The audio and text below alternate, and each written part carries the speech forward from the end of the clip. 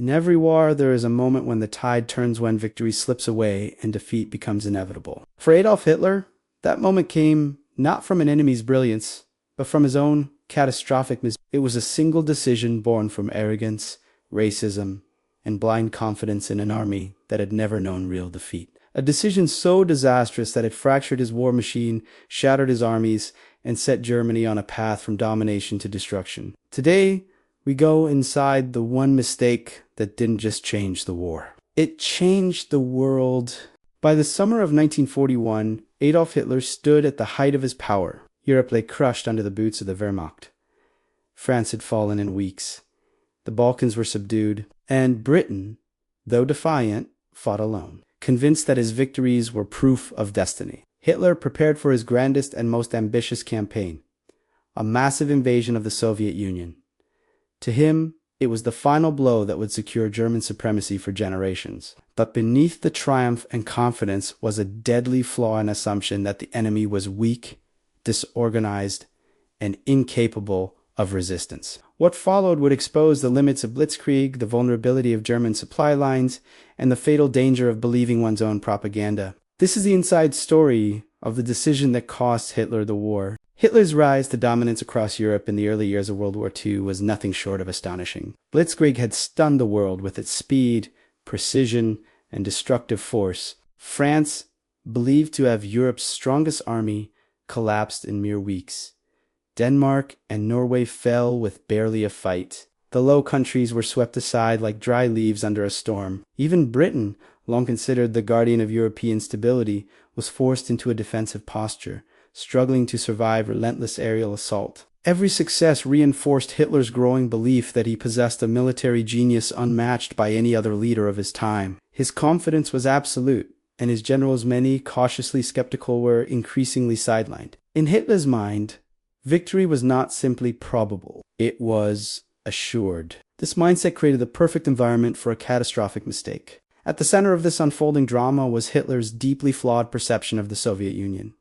He considered it a weak, backward nation governed by what he believed to be racial and furious. Nazi ideology viewed Slavs as subhuman, incapable of serious military resistance or advanced industrial capacity. Intelligence reports that warned of vast Soviet reserves of manpower, enormous industrial relocation potential, and deep defensive planning were dismissed as exaggerations or Soviet propaganda. Hitler needed the USSR to be weak because his entire vision of the future required it. Germany's expansion into Eastern Europe was not a military necessity alone, it was a cornerstone of Nazi ideology, the heart of the concept known as labor. This ideological blindness shaped every decision that followed, including his gravest one, launching Operation Barbarossa, the largest invasion force ever assembled in human history. More than 3 million German soldiers, along with hundreds of thousands of Axis troops from Romania, Hungary, and Finland, prepared to invade a nation that stretched across 11 time zones. Yet despite the massive scale of his plan, Hitler was convinced it would take no more than a few months to bring the Soviet Union to its knees. His generals warned that the distances were too vast, infrastructure too poor, and supply lines too vulnerable.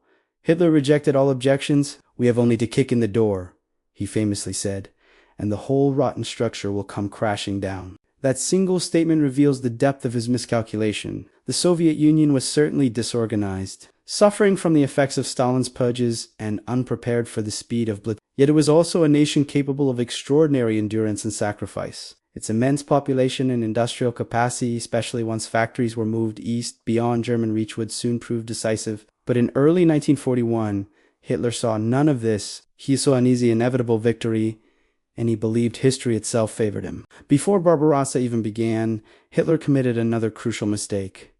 He divided his objectives. Rather than focusing all force toward a single strategic point such as Moscow, he insisted the German army pursue 3 goals simultaneously: Leningrad in the north, Moscow in the center, and the Oirich Caucasus in the south. His generals pleaded for concentration of force, but Hitler was adamant. He wanted everything at once: political conquest, economic gain, and ideological victory. This decision alone guaranteed that German strength would be stretched thin across a battlefield too large to control. When the invasion began on June 22, 1941, it appeared at first that Hitler's assumptions were correct. German armies smashed through Soviet defenses, encircling entire divisions and capturing hundreds of thousands of prisoners. Town after town fell. The Luftwaffe destroyed vast numbers of Soviet aircraft on the ground. It seemed like a repeat of France, a nation collapsing with astonishing speed. Hitler's confidence grew even stronger. His generals, though impressed by the early success, knew the situation was far from secure. Supply lines were already at their breaking point, as German trucks traveled hundreds of miles on poorly maintained roads, consuming fuel faster than it could be delivered. The deeper the Wehrmacht pushed into Soviet territory, the more strained their logistics became. The Soviet Union absorbed the blow and continued to fight back with incredible resilience. New divisions appeared seemingly out of nowhere. Factories were relocated eastward and continued producing tanks, artillery, and aircraft. The Red Army suffered staggering losses but refused to break. Yet Hitler still believed the enemy's collapse was mere weeks away, and this arrogance drove his next disastrous decision. As German forces approached Moscow, the political and logistical heart of the Soviet Union suddenly altered the plan. Instead of ordering a direct assault on the capital, he redirected his armored divisions southward into Ukraine. He believed capturing the rich agricultural lands and industrial centers there would cripple the Soviet economy. His generals protested Moscow was the strategic prize. Its fall would paralyze Soviet transportation, communication, and morale. But Hitler overruled them, insisting his intuition was superior to their professional judgment. This delay would prove fatal. Redirecting the tanks took valuable time, and while German forces achieved victories in the south, the window to capture Moscow before winter closed rapidly. When Hitler finally ordered the push toward Moscow in autumn, the weather began to turn. Autumn rains transformed roads into rivers of mud. Vehicles sank to their axles. Horses struggled. Supply trucks barely moved. The advance slowed to a crawl, and precious weeks slipped away. The German army, still pushing forward despite exhaustion and supply shortages, now confronted one of the harshest winters in Russian history. Temperatures plunged to levels that shocked even veteran soldiers. Tanks froze in the night, their engines cracking from the cold. Guns jammed. Lubricants turned to glue. Soldiers wrapped themselves in newspapers, curtains, and anything they could find, as Propwintergie had never been issued because Hitler had insisted the campaign would end before winter arrived. In these conditions, the Soviet Union launched a massive striking the exhausted German lines with fresh reinforcements from winter-hardened troops who had been moved west after intelligence confirmed Japan would not attack the USSR in the east. The German army, already battered and freezing, could not hold. They were forced into a desperate retreat, abandoning territory and equipment they could never replace. The momentum of the war had shifted, and it all traced back to Hitler's greatest mistake, an invasion built on arrogance, ideology, and ignorance of reality and operation that was doomed before it began.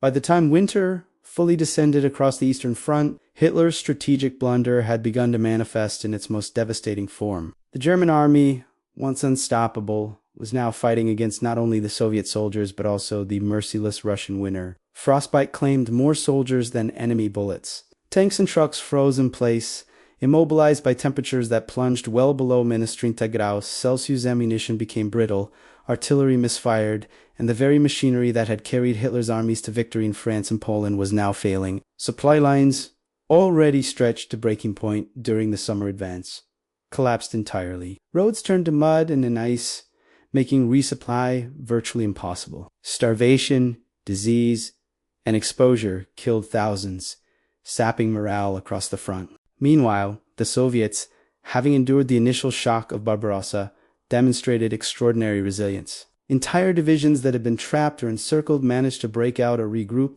Factories relocated east of the Ural Mountains continued producing tanks, aircraft, and weapons at astonishing rates. Stalin's leadership, often criticized for its ruthlessness, became a critical asset. Orders for counterattacks were executed with discipline, and troops were replenished at a pace Germany could not match. The Red Army also employed scorched earth tactics, destroying crops, infrastructure, and cities as they retreated, leaving nothing for the invading forces to use. For the Germans, every mile deeper into Soviet territory brought greater logistical nightmares, harsher weather, and dwindling supplies. Hitler's assumption that the Soviet Union would collapse within weeks now appeared laughably naive. The delay caused by diverting the German army southward into Ukraine had dire consequences. Moscow, the heart of Soviet political, military, and communications networks, was still standing. Capturing it in the summer could have paralyzed the USSR and potentially ended the war in Hitler's favor. Instead, when the Germans finally moved toward the capital,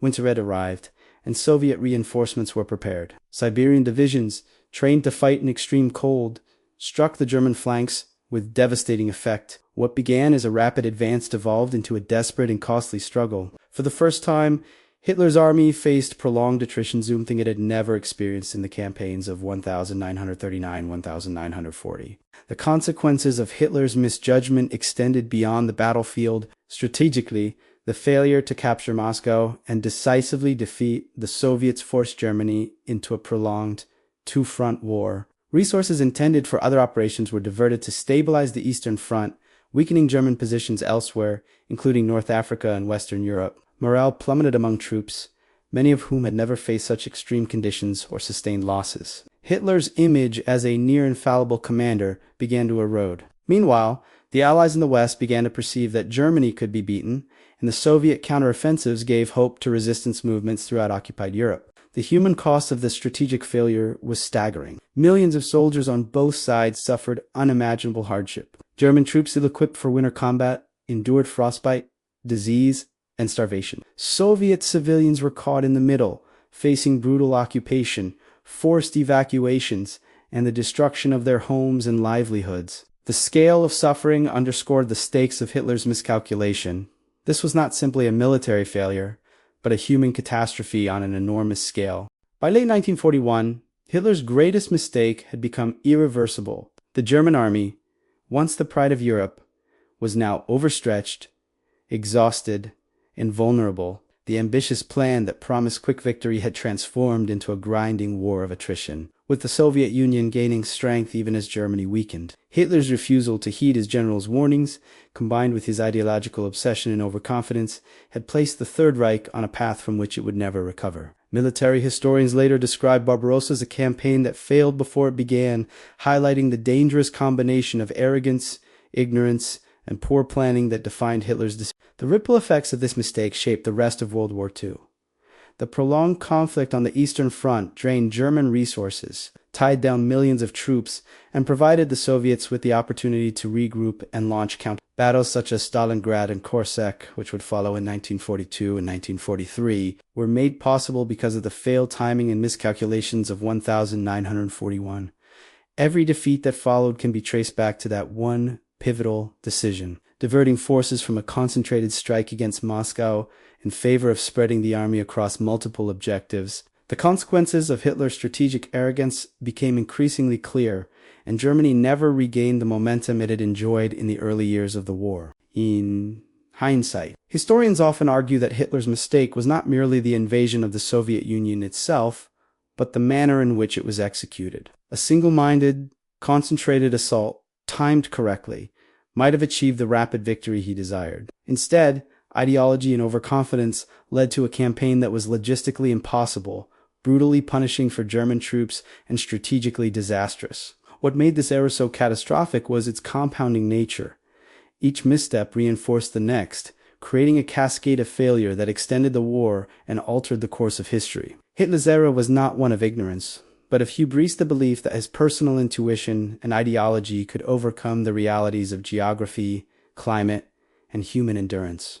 Ultimately, Hitler's biggest mistake serves as a powerful lesson in the dangers of overconfidence and ideological rigidity. Even the most successful military leaders can be undone by a single decision when judgment is clouded by ego, prejudice, or arrogance. The Eastern Front became a grinding testament to this truth. Germany's defeat in the Soviet Union marked the beginning of the end for Hitler's ambitions, turning the tide of World War II in favor of the Allies. What seemed, at the outset, to be a calculated risk instead became a monumental blunder, reshaping the course of history and ensuring that the Third Reich's dreams of domination would never be realized. Hitler's biggest mistake was not the idea of invading the Soviet Union, it was the arrogance, ideology, and misjudgment that shaped the way he executed it. He underestimated the resilience of the Red Army, the harshness of the Russian winter, and the limits of his own supply lines. By dividing his forces and delaying the assault on Moscow, he gave the Soviets the time they needed to regroup, reinforce, and strike back. What began as a campaign designed to secure rapid victory became a prolonged struggle that drained Germany's resources, shattered its army, and shifted the momentum of the war. Each miscalculation compounded the last, demonstrating how one leader's overconfidence can change the fate of nations. The consequences of this blunder extended far beyond the battlefield. Millions of soldiers and civilians suffered immeasurable hardship. Entire cities were destroyed, families displaced, and countless lives lost. Hitler's insistence on following ideology over strategy transformed a military campaign into a human catastrophe. It became clear that even the most powerful armies are vulnerable when leadership ignores reality, logic, and expert advice. History remembers this mistake not just as a military failure, but as a turning point that sealed Germany's fate in World War II. It serves as a powerful lesson in the dangers of hubris and the importance of listening to reasoned counsel. Hitler's arrogance cost him the war, and in the process, changed the course of history. The Third Reich's collapse was not inevitably its undoing began the moment Hitler overestimated his own genius. And so, we are reminded, history is shaped as much by human error as by heroism or strength. One decision, made in arrogance, can alter the destiny of millions and leave a legacy that echoes across generations.